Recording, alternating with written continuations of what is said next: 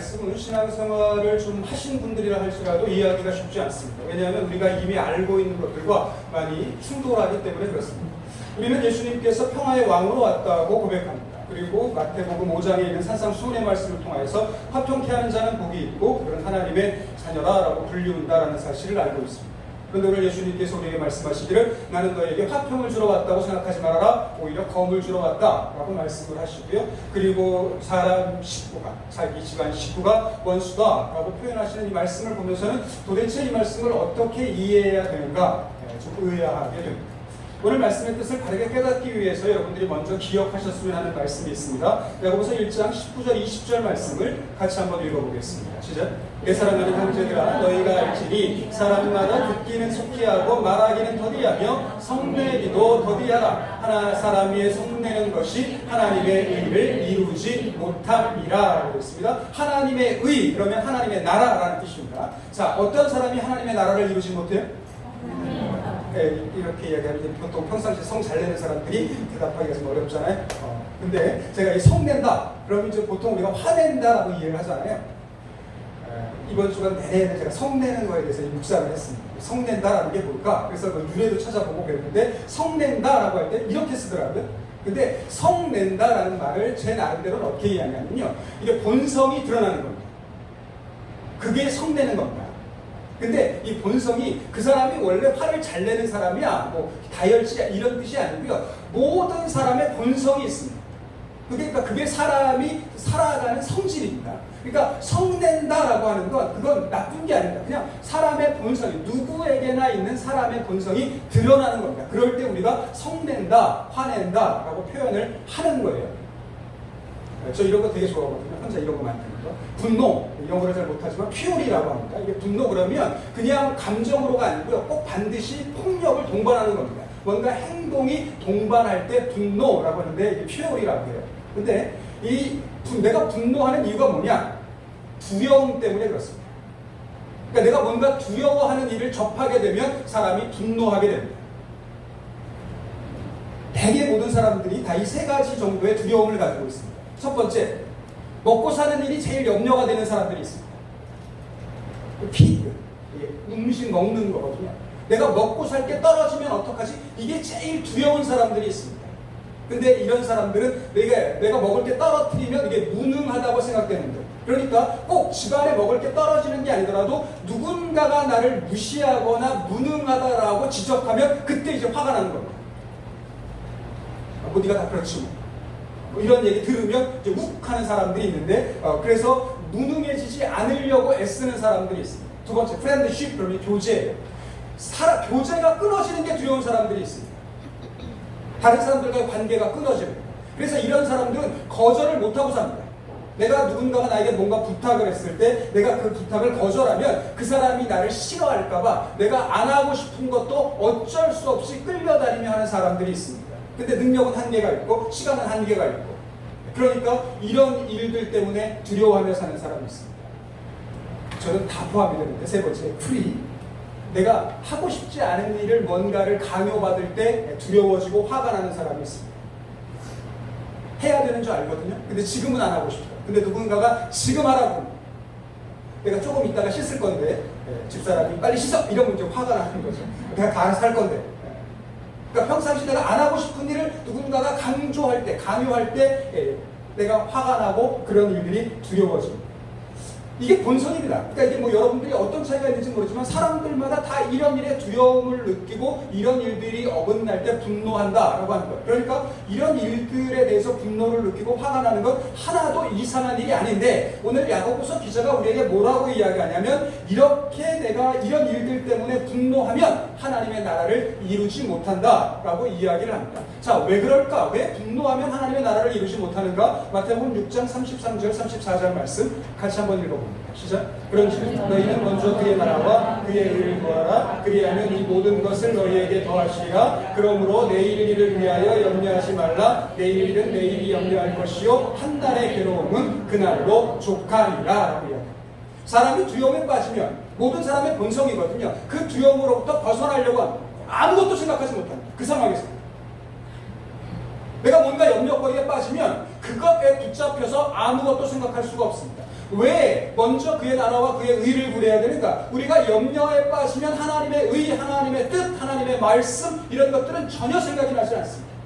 내가 먹는 염려에 빠지면, 내가 교제의 어려움에 그 염려에 빠지면, 내가 누군가에게 강요받는 것이 싫어서 내가 자유롭고 싶어지기를 원하면 그게 인간의 본성이기는 하지만 그 두려움에 사로잡히면 하나님의 뜻, 하나님의 말씀을 생각할 수 없기 때문에 예수님은 한날의 괴로움들 염려할 것, 매일 염려할 것까지 미리 당겨서 염려하지 말아라 라고 말씀하고 있습니다.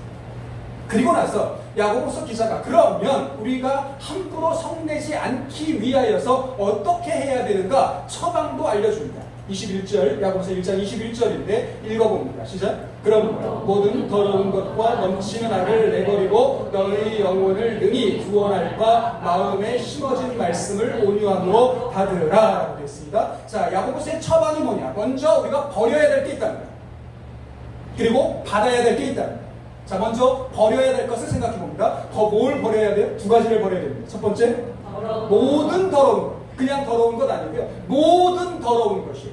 근데 더럽다, 유파리야 그러면 나의 영혼을 더럽히는 겁니다. 내 영혼을 어둡게 만드는, 내가 하나님의 말씀과 상관없이 살게 하는 그 모든 더러운 것, 그것과 넘치는 악, 그러면 이 카키아라고 하는데 적절하지 않은 겁니다. 그러니까 본성이라 할지라도 적절하지 않으면 그게 죄고 그게 악입니다. 적절하지 않을 때 뭔가를 하면, 그래서 우리가 죄를 안 지으려면 내가 지금 이 상황에서 이 장소에서 이런 일을 해도 되는가를 생각해야 돼요. 그게 본성에 관계된 일이라 할지라도 만약에 그게 어긋나면 그걸 죄라고 이야기합니다. 그래서 모든 더러운 것과 넘치는 악을 버려야 됩니다. 그리고 두 번째, 우리가 받아야 되는 게 있습니다. 뭘 받아야 돼요? 구원 말고 말씀을 받아야 됩니다. 근데 말씀을 왜 받아야 되냐면 우리의 영혼을 능히 구원할 수 있기 때문에 말씀을 받는 겁니다. 말씀의 능력은 거기에 있습니다. 저와 여러분의 영혼, 그 영혼 푸시케 그러면 이게 단순히 우리의 영이나 혼만 이야기하는 게 아니고요. 우리의 생명, 우리의 자아, 우리의 온 인격 전체를 푸시케라고 이야기하는데, 말씀은 우리의 영혼을 구원합니다. 우리의 영혼을 치유할 수 있고 우리의 영혼을 보호할 수 있습니다. 그러니까 악으로부터, 죄로부터 우리의 영혼을 지키며 사는 방법이 하나님의 말씀 가운데 거하는 것인 줄로 믿게 되시기를 바랍니다. 내가 말씀 가운데 살릴 때 내가 넘치는 악이라든가 모든 더러운 것으로부터 내 영혼을 지키며 살 수 있다는 거예요. 그런데 자, 21절 말씀 보십시오. 말씀을 이라고 하고 그 앞에 뭐라고 표현되어 있어요? 마음에 심겨진이라고 되어 있습니다. 마음에 심겨졌다고 하는 건 이미 내 마음에 있다는 거예요. 그러니까 자, 여러분들이 뭘 기억하셔야 되냐면, 자, 나를 구원할 말씀을 내가 알고 있을까요? 없을까요? 있습니다. 그 말씀이 어디에 있어요? 내 마음에 있다니까요. 그러니까 저와 여러분들이 내가 말씀을 몰라서 구원 못 받습니다 라고 하는 말은 틀립니다. 우리를 구원하고 우리를 치유하고 우리를 보호할 수 있는, 능히 우리의 영혼을 구할 수 있는 말씀을 이미 우리가 알고 있다니까요. 내가 압니다. 어떤 말씀이 나를 살리는지, 내가 어떤 말씀 붙들어야 되는지, 내가 회복될 수 있는지 내가 이미 알고 있다니까요. 그래서 제가 진지하게 고민한다니까요. 저는 성경 공부하는 거 너무너무 좋아하는 사람이었는데 가르칠 게 없더라니까요. 이 말씀을 믿는다면. 그러니까 여러분들이 뭐 굳이 성경 공부하려고 애쓰지 않으셔도 됩니다. 나를 능히 구원할 말씀을 이미 내가 알고 있다니까요. 알기만 할 뿐만 아니라 그게 내 마음에 심겨져 있다니까요. 문제는 내가 모르기 때문이 아닙니다. 받지 않기 때문이에요. 내가 그 말씀을 알고 있는데 받지 않기 때문에 내가 구원 못 받고 회복을 못 받는 거지, 내가 모르기 때문이 아닙니다. 그런데 자, 오늘 말씀, 내 마음에 심겨진 말씀을 어떻게 받아야 된대요? 온유함으로 받아야 되는데, 온유함, 팔복 설교하면서 이미 말씀드렸습니다. 온유라고 하는 거, 프라우스라고 하는데 이게 원래는 야생마를 길들이는 겁니다. 내가 태생적으로 내가 온화한 사람이라는 뜻이 아닙니다. 여전히 내 안에 뜨거운 불이 있다니까요. 여전히 내 안에 열기가 있습니다. 열정이 있습니다. 근데 그걸 훈련을 통해서 내가 다듬어진 거예요. 하나님의 말씀, 감정적으로는 안 받고 싶다니까요. 근데 온유함으로 받는다고 하는 건 이 말씀을 붙잡아야 내가 능히 회복될 회복되고 능히 구원받고 능히 보호받는다는 사실을 알기 때문에 내가 감정적으로는 내 육신적으로는 거절하고 싶지만 그 말씀을 의지적으로 수용할 때 우리가 온유함으로 받는다라고 말씀하는 겁니다. 저와 여러분이 우리의 마음에 이미 심겨진 말씀을 온유함으로 받아 저와 여러분들의 영혼이 살아나는 역사가 있게 되시기를 주님의 이름으로 기원합니다. 아멘. 오늘 말씀을 이해하기 위해서 자, 이 말씀 예수님께서 오늘 사람의 식구가 원수다라고 하는 이 말씀 그리고 너희들이 가는 곳마다 너희들 어렵게 하는 사람들이 있을 텐데 그 사람들 두려워하지 말아라 라고 말씀하시는 이 상황이 어떤 상황인가. 마태복음 10장 1절 말씀부터 보시면 예수님께서 12 제자를 부르십니다. 그리고 그들에게 귀신을 쫓아내는 권능을 주십니다. 그러면서 우리 지난주에 말씀 봤죠. 이방인의 길로도 가지 말고 사마리아의 고으로도 들어가지 말고 오직 오히려 잃어버린 이스라엘의 집에 가라 라고 말씀을 하십니다. 이 말씀이 민족주의적인 거다 라고 말씀드리지 않았습니다. 이방인들은 나중에 구원받고 이스라엘을 먼저 구원받기 위해서 아니고 여러분들이 기억이 나셨으면 좋겠는데 이 말씀은 너희가 분명히 거절받을 사람들에게 가야 합니다.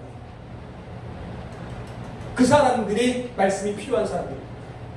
그 사람들이 말씀 듣고 회복되어야 되는 사람들이기 때문에 그 사람들을 회피하지 말고 그 사람들이 너희를 거절할 것 분명하지만 예수도 바알세불의 힘을 빌려서 귀신 내어 쫓는다 라고 조롱하고 무시하는 그 사람들이지만 그들에게 가라는 겁니다. 가면서 천국이 가까웠다 말하고 그리고 감정적으로는 별로 전하고 싶지 않습니다. 그 사람이 구원받는 것, 그 사람이 회복되는 것 내가 원하지 않지만 내가 주님에게 권능을, 주님에게 능력을 거저받았으니 그들이 구원받기에 합당하지 않다고 여겨질지라도 그들에게 권능을 전함으로 말미암아 그들에게도 하나님의 나라가 이루어지도록 하여라 라고 말씀하셨습니다. 그러면서 오늘 우리가 읽지는 않았지만 16절 말씀 보니까 예수님 이런 말씀을 하셨어요. 읽어봅니다. 16절 시작. 보라 내가 너희를 보내니 양을 이리 가운데로 보냄과 같도다 라고 얘기했습니다. 자, 내가 너희를 보내니 양을 이리 가운데 보냄과 같다라고 했는데 양은 누구예요? 여기서 양은 누구들인데요? 제자들입니다. 이리는 누군데요? 예, 이스라엘 사람들, 잃어버린 양들이라고 얘기하는데 그들이 오히려 이리 같아요. 누가 이겨요? 네, 이리가 이겨요. 양이 어려움을 겪는다니까요. 그래서 예수님이 걱정이 되셨어요.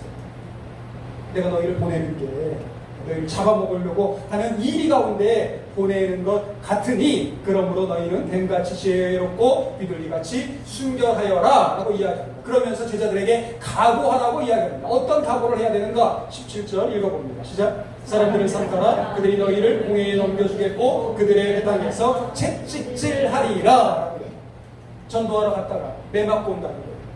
전도하러 갔다가 책망받고 돌아올 거라고 하는 겁니다.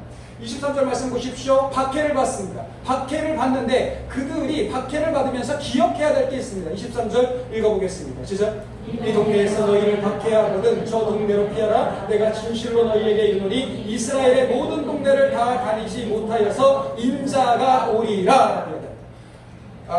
많은 분들이 이 말씀을 난제라고 이야기합니다. 왜냐하면 일반적으로 우리가 알고 있는 것과 이 말씀이 어긋나거든요. 이스라엘 사람들도 그렇고 우리도 그렇고 인자 그러면 여러분들이 뭘 의미한다고 배웠어요? 예수님, 메시아. 특별히 다니엘서에 있는 말씀대로 하면 메시아입니다. 그들이 기다렸던 하나님의 나라를 이룰 메시아. 그래서 예수님인데 어떤 예수님이라고 이해를 하냐면 재림하신 예수님이라고 이해를 한다는 말이죠. 인자. 그러면. 근데 이 말씀이 이게 우리가 일반적으로 이해할 때 이 말씀과 예수님이 지금 하시는 말씀, 자, 이스라엘의 모든 동네를 제자들이 다 다니기 전에 메시아가 오리라. 재림하신 예수님이 오리라. 그래요, 안 그래요? 안 그래요. 그러니까 이게 어긋난다는 말이죠. 그래서 이 말씀을 도대체 어떻게 해석을 해야 되는가? 그래서 일반적으로 이 말씀을 해석하기 위해서 뭐라고 그러냐면 인자는 하나님의 나라를 이루기에 왔고 너희가 그 이스라엘을 다 다니기 전에 하나님의 나라가 이루어진다라고 이해를 합니다. 그런데 저는 이 말씀, 그게 뭐 틀리진 않는데 저는 어떻게 이해하냐면 이 인자를 예수님 또 다른 보혜사라고 이해를 합니다. 누구예요? 또 다른 보혜사가? 성령님. 그래서 자, 너희가 이스라엘의 모든 동네를 다 다니지 못하였어요. 누가 온다고요? 성령님이 온다고요. 그러니까 성령님은 오순절 마가의 다락방에 오신 게 아니고 그 전에 이미 오셨습니다. 교회에 오시는 게 오순절 마가의 다락방에 교회에 오시는 거고, 개개인에게는, 특별히 제자들에게는 이미 오셨단 말이죠. 어떻게 그렇게 용감하게 이야기를 해요? 자, 누가복음 10장 17절 말씀 보십시오. 예수님의 명령을 따라서 12명 뿐만 아니라 70명의 제자들이 전도여행을 가는데 그들이 다 돌아와서 하는 얘기가 있습니다. 자, 누가복음 10장 17절 읽어봅니다. 시작. 70인이 기뻐하며 돌아와 있는데 주여 주의 이름이면 귀신들도 우리에게 항복하더이다. 오늘 말씀과 좀 이렇게 어긋나긴 하지만 여러분들에게 그 힌트를 하나 드립니다. 자, 전도하면 어떤 기쁨이 들어요? 예, 기뻐요. 예.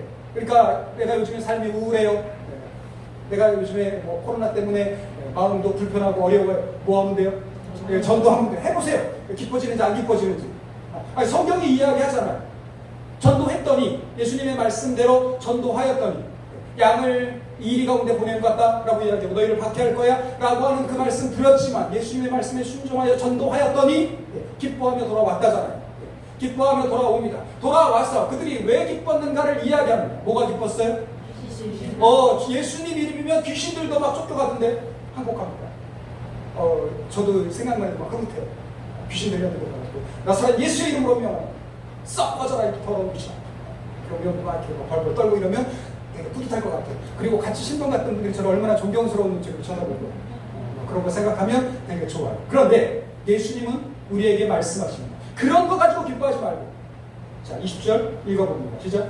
그러나 귀신들이 너희에게 혼란한 것으로 전하지 말고 너희의 이름이 하늘에 기록된 것으로 전하라 하시니라. 전도하면 저와 여러분의 이름이 하늘에 기록된답니다. 그래서 저와 여러분이 기뻐해야 된답니다. 그러면서 제가 왜 인자를 성령으로 이해하는가? 그 다음에 예수님이 하늘에 기록된 것으로 기뻐하라라고 말씀하신 이후에 이렇게 말씀하셨거든요. 21절 읽어봅니다. 시작. 그때에 예수께서 성령으로 기뻐하시며 이르시되 천지의 주제이신 아버지여 이것을 지혜롭고 슬기 있는 자들에게는 숨기시고 어린 아이들에게는 나타내심을 감사나이다 옳소이다. 이렇게 된 것이 아버지의 뜻이니이다 라고 이야기합니다. 성령으로 기뻐한다는 건 성령으로 인하여서 성령 때문에 기뻐한다는 거예요. 그러니까 예수님의 제자들이 예수님의 이름으로 전도여행을 할 때 귀신들이 쫓겨갔던 이유가 뭐냐면 제자들의 능력이 아니라 제자들과 함께 하시는 성령 때문이었다는 거예요. 성령님이 제자들의 이름을 하늘책에 기록되었다는 겁니다. 그래서 저는 이 말씀 인자가 오리라 라고 하는 이 말씀을 또 다른 고해사 성령님이 오시는 것이라고 이해합니다. 전도하면 기뻐지는데 왜 기뻐지는가? 성령님이 우리와 함께 하시는 까닭에 우리 마음에 기쁨이 샘솟게 된 줄로 믿습니다. 자, 그리고 나서 이제 오늘 말씀을 이해를 하셔야 돼요. 자, 양을 이리 가운데 보내는 것 같았는데 그래서 제자들이 이제 박해를 받을 때 이 사실을 명심해야 됩니다. 24절 읽어보겠습니다. 시작. 제자가 그 선생보다 또는 종이 그 상전보다 높지 못하나니 라고 이야기합니다. 자, 제자와 선생이 있습니다. 종과 상전, 주인이 있습니다. 이건 그대로 이해하시면 됩니다. 자, 제자는 지금 전도여행을 떠나는 제자들입니다. 선생은 누구예요? 예수님이에요. 자, 제자와 선생, 제자들과 예수님 중에 누가 더 나은 대접을 받아요? 누가 더 나은 대접을 받아야 됩니까?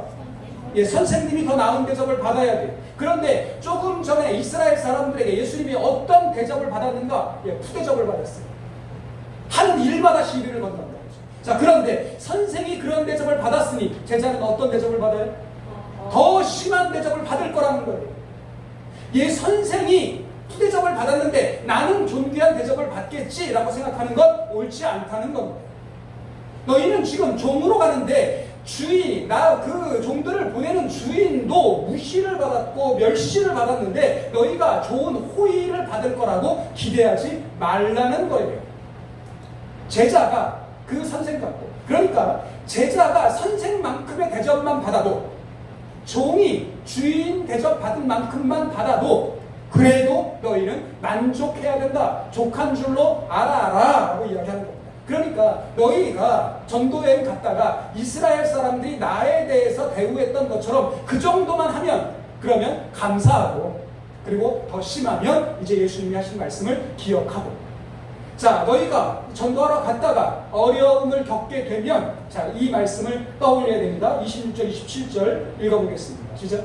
그런즉 그들을 두려워하지 말라. 감추인 것이 드러나지 않을 것이 없고 숨은 것이 알려지지 않을 것이 없느니라. 내가 너희에게 어두운 데서 이르는 것을 광명한 데서 말하며 너희가 귓속말로 듣는 것을 집 위에서 전파하라. 그랬는데 감추인 것, 숨은 것, 그리고 어두운 데서 이르는 것, 너희가 귓속말로 듣는 것 다 똑같습니다. 지금은 세상 사람들이 알지 못하는 너희들에게만 허락된 진리, 천국 복음의 비밀.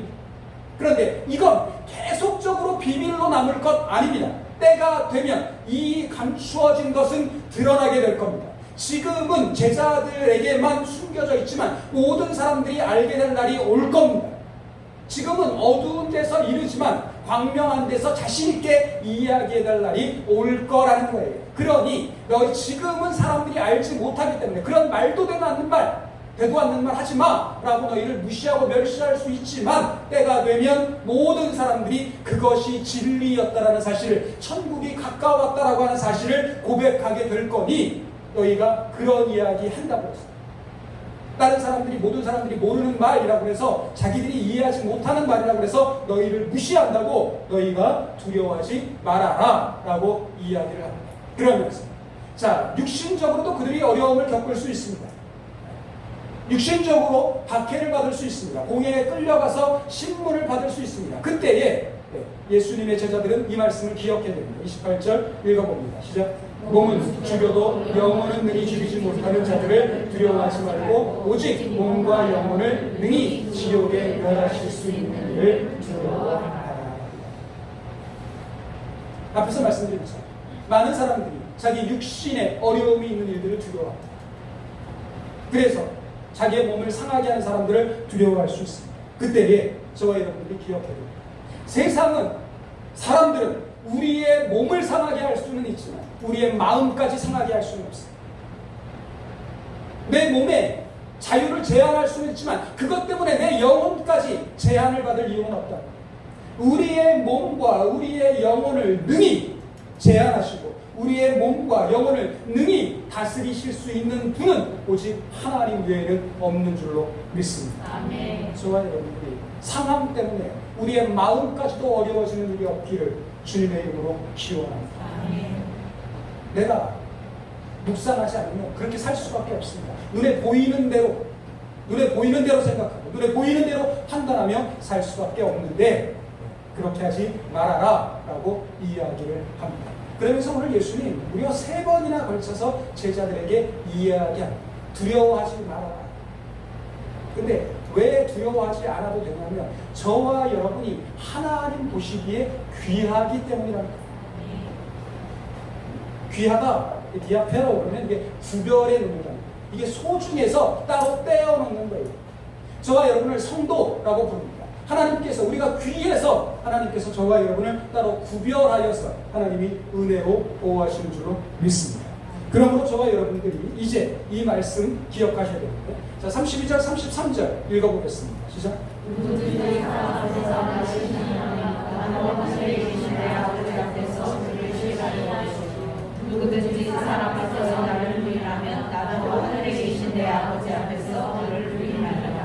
우리가 예수님을 시인하면 예수님도 우리를 시인하신답니다. 우리가 예수님을 부인하면 예수님도 우리를 부인하신답니다. 그런데 자, 우리가 예수님을 시인하고 예수님을 부인하는 일이 어떤 경우에 이루어져야 되냐면 사람 앞에서 이루어져야 됩니다. 그러니까 우리가 신앙생활 나 혼자 하는 것이요 라고 얘기할 수 없다니까요.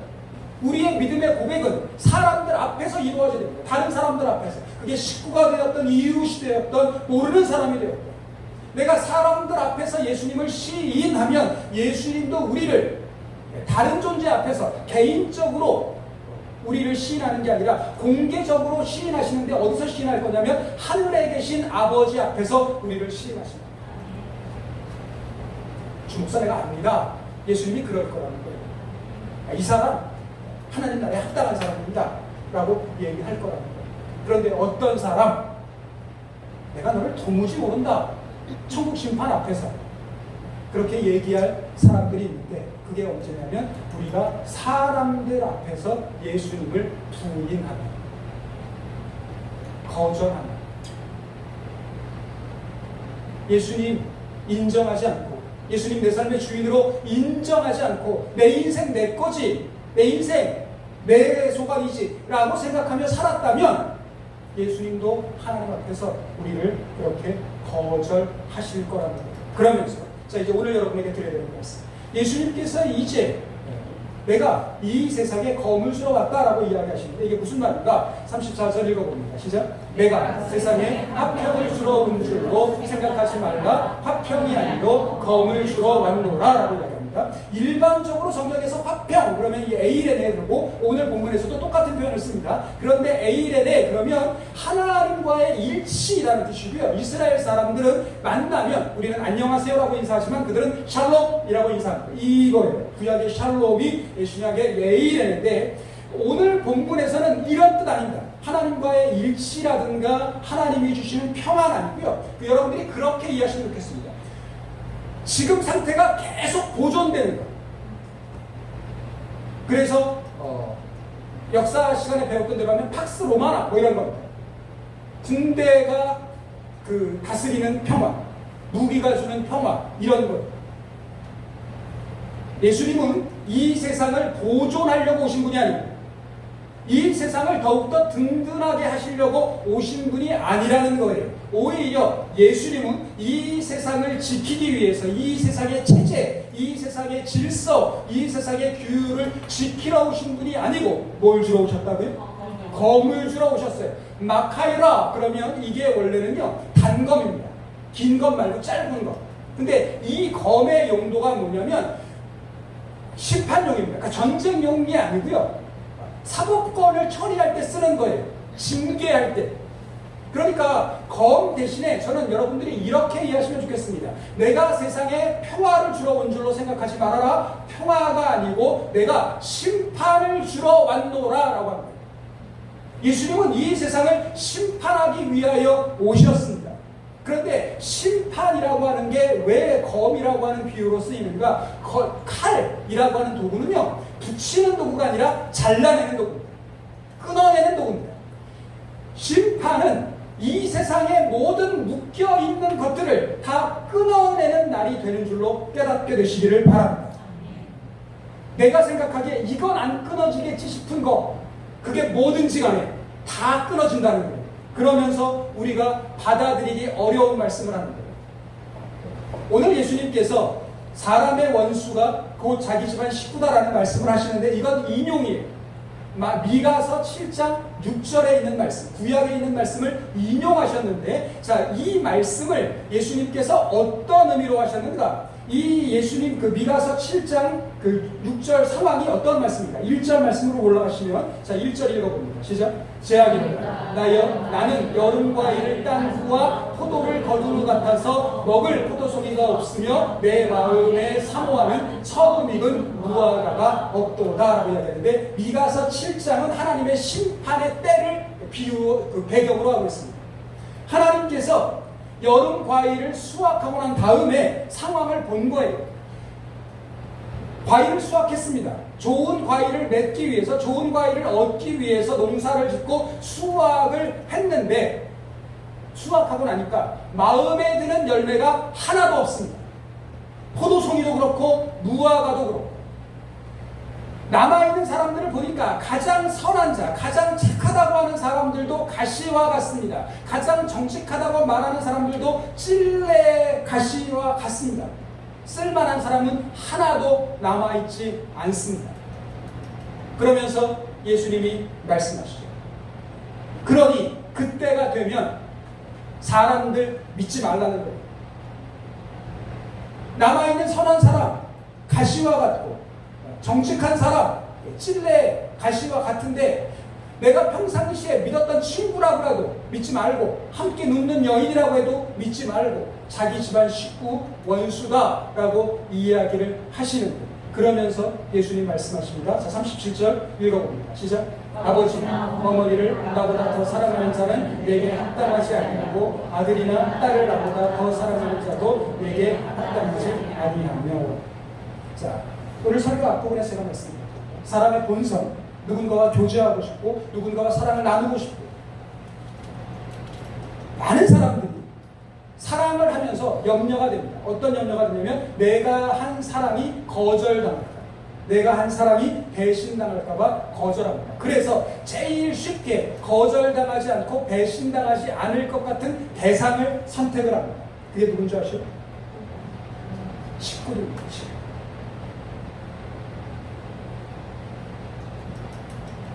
식구들은 식구라고 할지라도 다 배신 안 한다는 뜻이 아니고요. 식구라고 해도 배신할 수 있죠.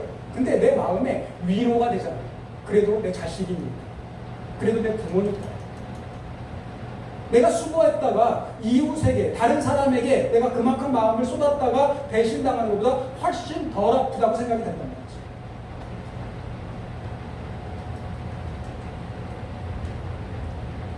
오늘 37절 말씀 보다가 그냥 혼자 생각하는 거예요. 아버지나 어머니 사랑하고 아들이나 딸, 자녀들 사랑하는데 남편, 아내 사랑한다는 얘기는 없는데 이게 되게 이상했어요. 남편을 사랑하는 자는 합당하지 않다. 그렇게 잘 사랑을 하지 않기 때문에 그러신 건가? 혼자 생각해보고. 부부간의 사랑은 3번이기 때문에 1번 부모, 2번 자녀, 3번 부부 뭐 이런 건가? 혼자 생각을 해봤는데 어쨌든 중요한 건 뭐냐면 우리가 내 본성, 누군가와 교제하고 싶고 누군가와 마음을 나누고 싶고 누군가와 사랑하고 싶어서 선택을 합니다. 누구를 선택을 하냐면 부모를 선택을 하고 자녀를 선택을 합니다. 그런데 내가 누군가와 교제하고 싶어서 부모를 선택하고 자녀를 선택한 사람은 뭐가 될 수 없다고요? 제자가 될 수 없어요. 내가 누군가와 교제해야, 내가 누군가와 마음을 나누어야, 내 주위에 있는 사람과 내가 마음을 좀 나누어야 내 삶에 만족이 있다라고 생각하는 사람은 하나님의 나라에 합당하지 않다는 겁니다.